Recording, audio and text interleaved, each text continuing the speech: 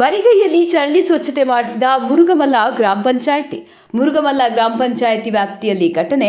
ಚಿಂತಾಮಣಿ ಹಳ್ಳಿಗಳ ಸ್ವಚ್ಛತೆಗೆ ಪ್ರಮುಖ ಪಾತ್ರ ವಹಿಸುವ ಗ್ರಾಮ ಪಂಚಾಯಿತಿಯ ಸ್ವಚ್ಛತಾ ಕಾರ್ಮಿಕರು ಯಾವುದೇ ಸುರಕ್ಷಿತ ಸಾಧನವಿಲ್ಲದೆ ಚರಂಡಿ ಸ್ವಚ್ಛತೆ ಕಾರ್ಯದಲ್ಲಿ ತೊಡಗಿಕೊಂಡಿರುವ ಘಟನೆ ಚಿಂತಾಮಣಿ ತಾಲೂಕಿನ ಮುರುಗಮಲ್ಲ ಗ್ರಾಮ ಪಂಚಾಯಿತಿ ವ್ಯಾಪ್ತಿಗೆ ಸೇರಿದ ಗೊಲ್ಲಹಳ್ಳಿ ಗ್ರಾಮದಲ್ಲಿ ಕಂಡುಬಂದಿದೆ. ಪರಿಕರ ಒದಗಿಸಿ ಕಾರ್ಮಿಕರ ಆರೋಗ್ಯದ ಬಗ್ಗೆ ಕಾಳಜಿ ತೋರದ ಅಧಿಕಾರಿಗಳ ನಿರ್ಲಕ್ಷ್ಯದ ವಿರುದ್ಧ ಹಳ್ಳಿ ಜನರು ಆಕ್ರೋಶ ವ್ಯಕ್ತಪಡಿಸಿದ್ದಾರೆ. ಗ್ರಾಮ ಪಂಚಾಯಿತಿ ಸರ್ಕಾರದಿಂದ ಸ್ವಚ್ಛತೆಗಾಗಿ ಹೆಚ್ಚು ಅನುದಾನ ಬಿಡುಗಡೆ ಆಗ್ತಿದ್ದು ಕೈಗವಸು ಮತ್ತು ಬೂಟ್ ಧರಿಸದೆ ಅಸುರಕ್ಷಿತ ಕ್ರಮದಲ್ಲಿ ಗ್ರಾಮ ಪಂಚಾಯಿತಿ ಅಧಿಕಾರಿಗಳು ಕಾರ್ಮಿಕರಿಂದ ಕೆಲಸ ಮಾಡಿಸುತ್ತಿರುವುದು ಎಷ್ಟರ ಮಟ್ಟಿಗೆ ಸರಿ ಎಂದು ನಾಗರಿಕರ ಪ್ರಶ್ನೆಯಾಗಿದೆ.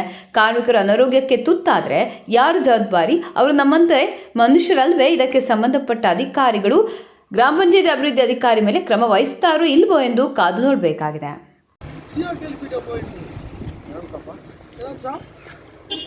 Video